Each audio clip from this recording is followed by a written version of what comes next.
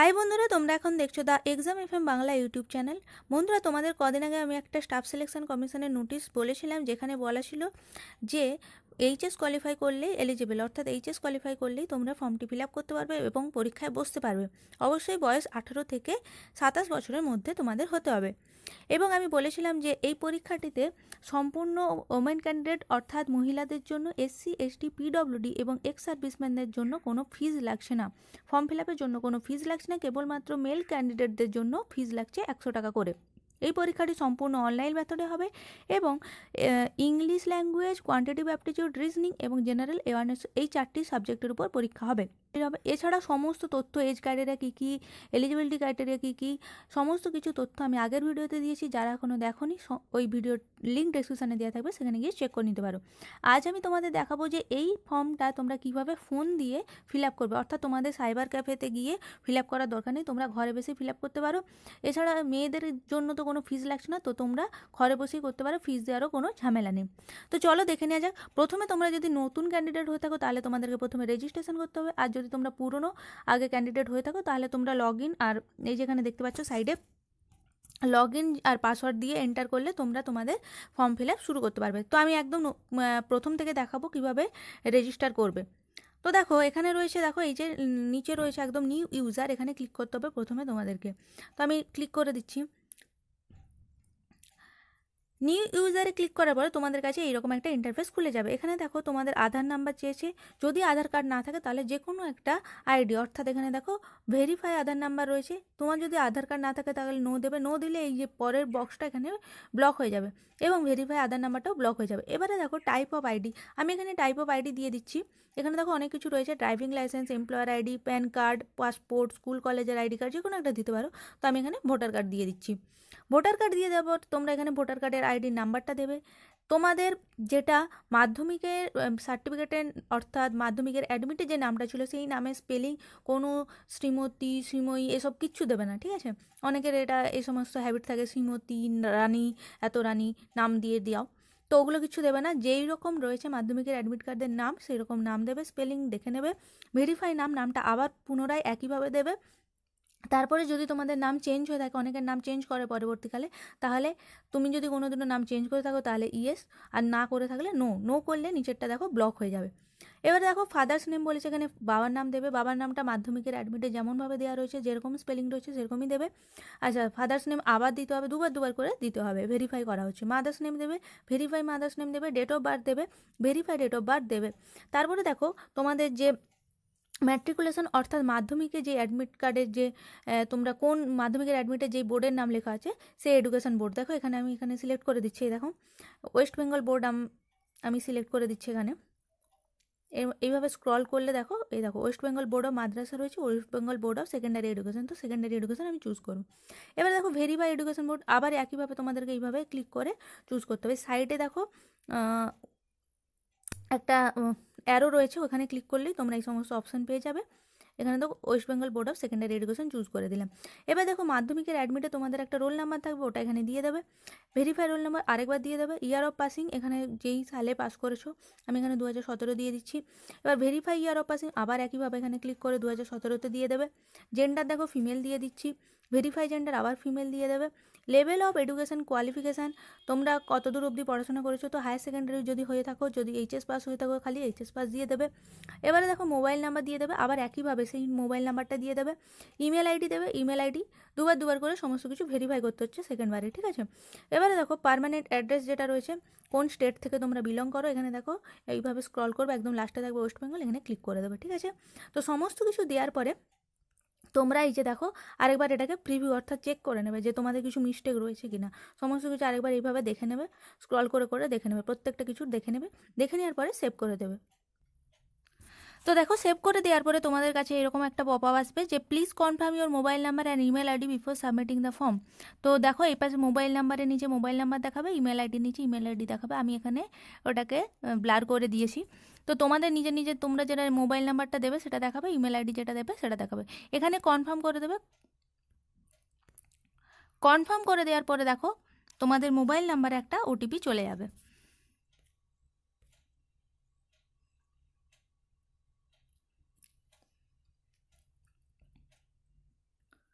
Confirm করে দেওয়ার পরে দেখো এখানে দেখো basic details are saved, registration is partial and it should be completed within 14 days following which your data would be automatically deleted. তোমাকে 14 দিনের মধ্যে কিন্তু সমস্ত ডেটা ফিল করে দিতে হবে, নইলে কিন্তু তোমার যে ডেটাগুলো এখন দিলে সেগুলো ডিলিট হয়ে যাবে।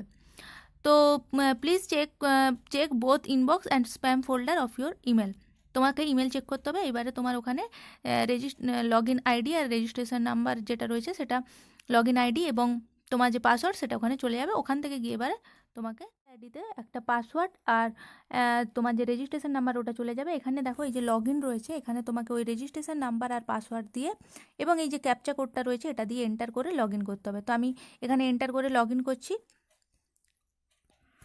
তো রেজিস্ট্রেশন নাম্বার এবং পাসওয়ার্ড দিয়ে দেওয়ার পরে তোমাকে এই যে ক্যাপচা কোডটা আছে দেখো এখানে দেখা যাচ্ছে, ঠিক করে ক্যাপচা কোডটা দেবে। স্মল হাতে থাকলে স্মল লেটারে থাকলে স্মল লেটার, ক্যাপিটালে থাকলে ক্যাপিটালে দিয়ে তোমাকে এখানে লগ ইন করে ফেলতে হবে।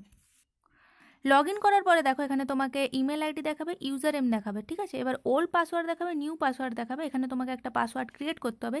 পুরনো যেই পাসওয়ার্ডটা তোমার ইমেল আইডিতে এসেছিলো সেটা তো এখানে দেবে, এছাড়া তোমাকে নিউ পাসওয়ার্ড একটা ক্রিয়েট করতে হবে। নিউ পাসওয়ার্ড ক্রিয়েট করার একটা নিয়ম হচ্ছে কি, তোমাকে একটা বড় হাতের লেটার দিতে হবে, একটা ছোটো হাতের লেটার দিতে হবে, একটা যে কোনো সাইন দিতে হবে, একটা সংখ্যা দিতে হবে। এই সমস্ত কিছু দিয়ে ভালো করে একটা পাসওয়ার্ড বানাতে হবে। তারপরে সেই একই পাসওয়ার্ড এখানে কনফার্ম পাসওয়ার্ডে তোমাকে দিতে হবে। দেওয়ার পরে দেখো, দেওয়ার পরে নিউ পাসওয়ার্ড এবং কনফার্ম পাসওয়ার্ড দেওয়ার পরে নিচে এখানে সাবমিট করতে হবে।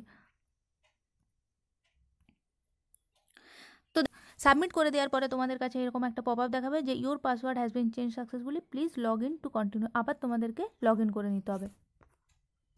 তো দেখো এই রেজিস্ট্রেশন নাম্বার এবং তুমি যেই নতুন পাসওয়ার্ডটা ক্রিয়েট করলে সেটা এবং ক্যাপচা কোডটা দিয়ে এখানে আবার লগ ইন করে দিতে হবে। তো দেখো নতুন করে যে তোমরা পাসওয়ার্ডটা ক্রিয়েট করেছো সেটা দিয়ে এবং রেজিস্ট্রেশন নাম্বার যেটা তোমাদের মেলে এসেছিলো সেটা দিয়ে আর ক্যাপচা কোড দিয়ে লগ ইন করার পরে তোমার কাছে আবার এরকম একটা ইন্টারফেস খুলে যাবে, যেখানে তুমি বেসিক ডিটেলসের নিচে আগে যেগুলো ফিল আপ করেছিলে সেগুলো দেখাবে। এবার সেখানে কিছু যদি তোমার ভুল হয়ে থাকে তো এখানে দেখো এডিট রয়েছে কোণে, এখানে এডিট রয়েছে, এখানে ক্লিক করে এডিট করতে পারো, নইলে পুরোটাই একই থাকবে, ঠিক আছে। এডিট যদি না করতে চাও তাহলে যেমন আছে রয়েছে, এবং নিচে গেলে দেখবে সেভ নেক্সট রয়েছে, তো সেখানে গিয়ে নেক্সটে ক্লিক করে দেবে। তো দেখো এরকম নিচে দেখো নেক্সট দেখাবে বা সেভ দেখাবে, তো নিচে নেক্সটে ক্লিক করে দেবে। নেক্সটে ক্লিক করার পরে দেখো তোমাদের কাছে এইভাবে দেখাবে ক্যাটাগরি, কোন ক্যাটাগরি সিলেক্ট করতে চাও তো এখানে করে দেবে। যারা জেনারেল করবে, ইডব্লিউএস করলে ইডব্লিউএস করবে, ওবিসি করে থাকলে ওবিসি করবে। তারপরে ভেরিফাইতে আবার করবে। ন্যাশনালিটি দেখো এখানে ইন্ডিয়ান করে দেবে, সিটিজেন অফ ইন্ডিয়া। আচ্ছা, আইডেন্টিফিকেশান মার্ক তো এখানে লিখতে পারো এ মৌলিন চেক, অনেকেরই গালে তিল থাকে তো যেটা ইচ্ছে লিখতে পারো। এ মৌলিন ফোরহেড লিখে দিচ্ছি আমি যার জন্য করছি তার ফোরহেডে আছে তো মূল, আমি ফোরহেড করে দিচ্ছি। তো are you a person with benchmark disability, যদি ইয়েস হয় ইয়েস করবে। কী টাইপ অফ ডিসেবিলিটি সেটা তোমাকে তখন এখানে সিলেক্ট করতে হবে। আমি এখানে নো করেছি, ঠিক আছে। এবার দেখো পার্মানেন্ট অ্যাড্রেস এখানে দিতে হবে, স্টেট দিতে হবে, ডিস্ট্রিক্ট দিতে হবে, পিনকোড দিতে হবে, এবং প্রেজেন্ট অ্যাড্রেস যদি পার্মানেন্ট অ্যাড্রেসের সাথে একই হয় তাহলে ইয়েস করে দেবে, যদি নো হয় নো করে দেবে, ঠিক আছে। সমস্ত কিছু ডিটেলস ফিল আপ করার পরে দেখো এখানে যে নেক্সট রয়েছে আবার নেক্সট বাটনে ক্লিক করে দেবে।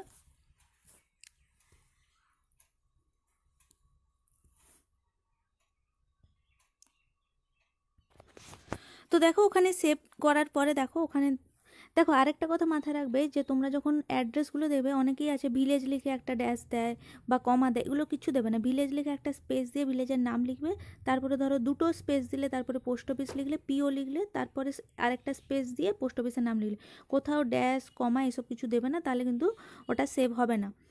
তো বোঝা গেল, ভিলেজ লিখে একটা স্পেস দিয়ে ভিলেজের নামটা লিখলে, তারপরে দুটো স্পেস দিয়ে পিও লিখলে, তারপরে আবার একটা স্পেস দিয়ে পোস্ট অফিসের নাম লিখলে, এইভাবে করবে। তো এইভাবে করার পরে সেভ করলে এইভাবে একটা পপ আপ চলে আসবে, উপরে রেজিস্ট্রেশন নাম্বার দেখাবে। এই ডিক্লারেশনে এখানে আই এগ্রিতে ক্লিক করে দেবে। ক্লিক করে দেওয়ার পরে এখানে ফাইনাল সাবমিটে ক্লিক করে দেবে। ফাইনাল সাবমিটে ক্লিক করার পরে দেখো তোমাদের কাছে এখানে ওটিপি চাইবে একটা, যেটা মোবাইলে অথবা ইমেল আইডিতে যাবে, তো সেটা এখানে দিয়ে তোমাকে সাবমিট করতে হবে।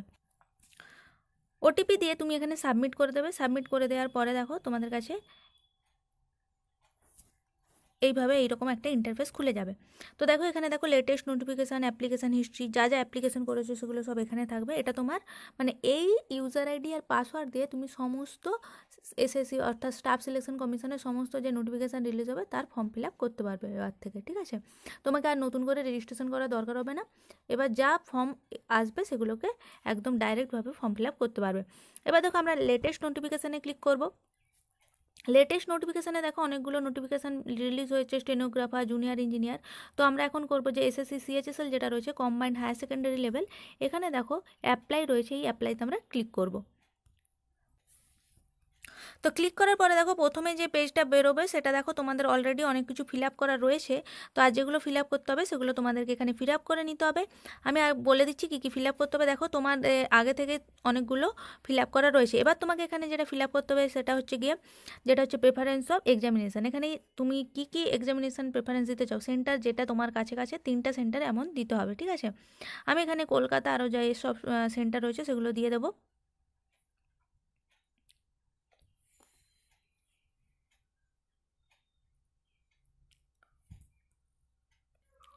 তো দেখো এইভাবে আমি কলকাতা, শিলিগুড়ি আর হুগলি দিয়েছি।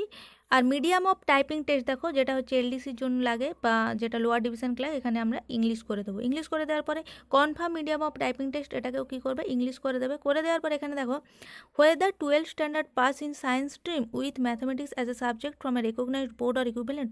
তোমরা কি সায়েন্স নিয়ে 12 পাস করেছো এবং তাতে কি ম্যাথ ছিল? যদি ইয়েস হয় তাহলে ইয়েস করবে, আমি এখানে ইয়েস করে দিচ্ছি। আর যদি নো হয় নো করে দেবে। তুমি কি এক্স সার্ভিসম্যান, যদি না হয় তাহলে এখানে নো করে দেবে, ঠিক আছে? যদি এক্স সার্ভিসম্যান হয়ে থাকো মানে যারা আগে সার্ভিস করতো তাহলে এখানে ডিটেলস ফিল করতে হবে, ঠিক আছে? এবার লেখা আছে তো দেখো এগুলো যাদের নেই মানে যারা এক্স সার্ভিসম্যান নয় তাদের এগুলো সব ব্ল্যাঙ্ক থাকবে। হোয়েদার স্ক্রাইব ইজ রিকোয়ার্ড, মানে স্ক্রাইব কি তোমাদের রিকোয়ার্ড রয়েছে? আচ্ছা এগুলো সব স্কিপ করে দেবে। আচ্ছা এজ রিল্যাক্সেশন, যাদের ধরো এজ রিল্যাক্সেশন রয়েছে তারা এজ রিল্যাক্সেশন দেবে। আচ্ছা হাইস্ট কোয়ালিফিকেশান এখানে কী দেবে, হাইস্ট কোয়ালিফিকেশান আমি এখানে যার জন্য করছি তার এইচএস, তো এইচএস দিয়ে দেবো। বা এখানে দেখো অনেক কোয়ালিফিকেশান আছে, তোমরা এগুলো চুজ করতে পারো। হায়ার সেকেন্ডারি আমি লাস্টেরটা দিয়ে দিলাম।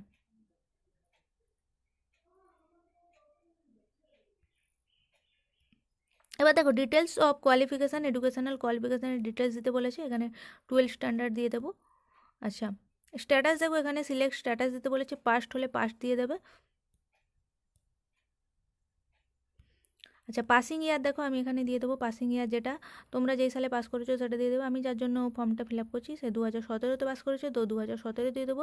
সিলেক্ট স্টেট আর ইউনিভার্সিটি, স্টেট যেটা দেবে সেটা দেখো ওয়েস্ট বেঙ্গল দিয়ে দিলাম।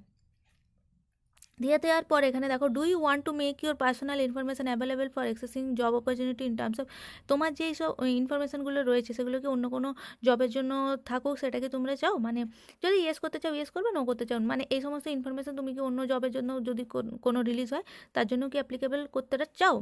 তো এটাকে ইয়েস করে দেওয়াই ভালো, ইয়েস করে রাখলাম, ঠিক আছে?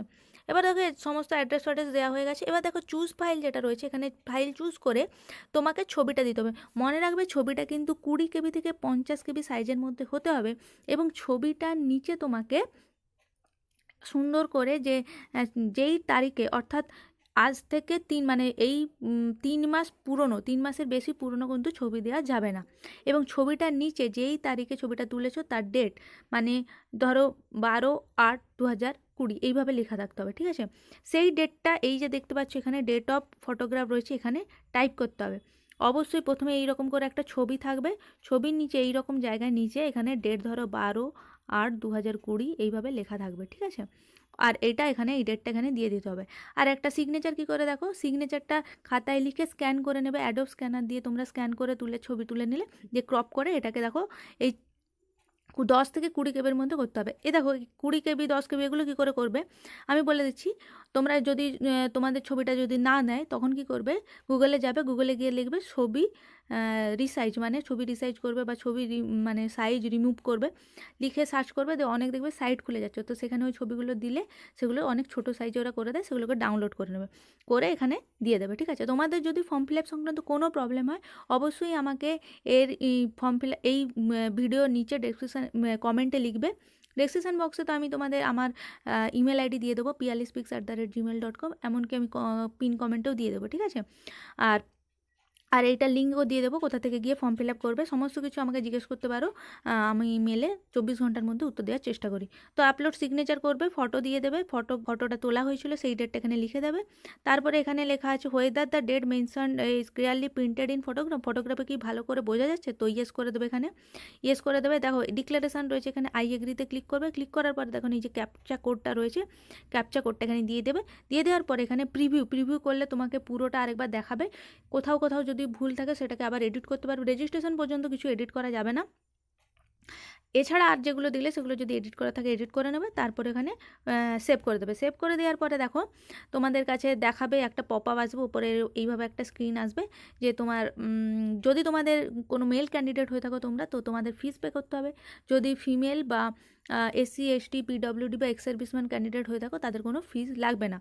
তো দেখো তাহলে তোমাদের মেল ক্যান্ডিডেট হলে তোমাদের ফিজের একটা অপশান আসবে, সেখানে গিয়ে তোমরা ডেবিট কার্ড, ক্রেডিট কার্ড বা কোনো মানে UPI ID দিয়ে দিতে পারো, পেমেন্ট করে দেবে। পেমেন্ট করে দেওয়ার পরে তোমাদের কাছে এখানে দেখো যাদের পেমেন্ট নেই, যেমন ওমেন ক্যান্ডিডেটদের পেমেন্ট নেই, তো এখানে একটা দেখাবে সেভ করে সাবমিট করে দেওয়ার পরে দেখাবে, সাবমিট করে দেওয়ার পরে দেখাবে যে তোমার যে ফর্মটা সেটা অ্যাকসেপ্ট করে নেওয়া হয়েছে ওদের তরফ থেকে। ঠিক আছে, তো এটা হয়ে যাবে এবং তোমার মেলেও চলে আসবে তোমার একটা আইডি। এবারে তুমি ওটাকে প্রিন্ট করে নিতে পারো, ওই ফর্মটা প্রিন্ট করে রেখে দেবে। ঠিক আছে, এই গেল পুরো প্রসিডিওর কীভাবে করবে, ফোন দিয়ে আমি টোটালি বলে দিলাম। এছাড়াও তোমাদের কাছে যদি জিজ্ঞাসা থাকে অবশ্যই আমাকে কমেন্টে জানিও, অথবা আমাকে মেল করতে পারো, মেল আইডি তো বলে দিলাম। তো এইভাবে ফর্মটা ফিল আপ করে নাও, ফোন দিয়েই করা যাবে, আর এতে কোনো ফিজ লাগছে না। ওমেন ক্যান্ডিডেট কেবলমাত্র মেল ক্যান্ডিডেট, আদার ক্যাটাগরি, এই সমস্ত ক্যাটাগরি যেগুলো বললাম SC ST PWD ex serviceman, ওবিসিদের জন্য কিন্তু লাগবে, ওবিসি ছেলেদের জন্য লাগবে, মেয়েদের জন্য লাগবে না। কোনো ক্যাটাগরিরই মেয়েদের জন্য কোনো ফিজ লাগছে না, তো তাদের জন্য পুরোপুরি ফি। তো তোমরা অবশ্যই করে ফেলো। আর পরীক্ষাটা আমি বলেইছি যে পরীক্ষাটা হবে 2021 সালের এপ্রিল মাসে। ঠিক আছে, তো অনেক দেরি আছে, তোমরা ফর্মটা ফিল আপ করে ফেলো। তো দেখাচ্ছ পরে ভিডিওতে, ভালো থেকো, থ্যাংক ইউ, বাই।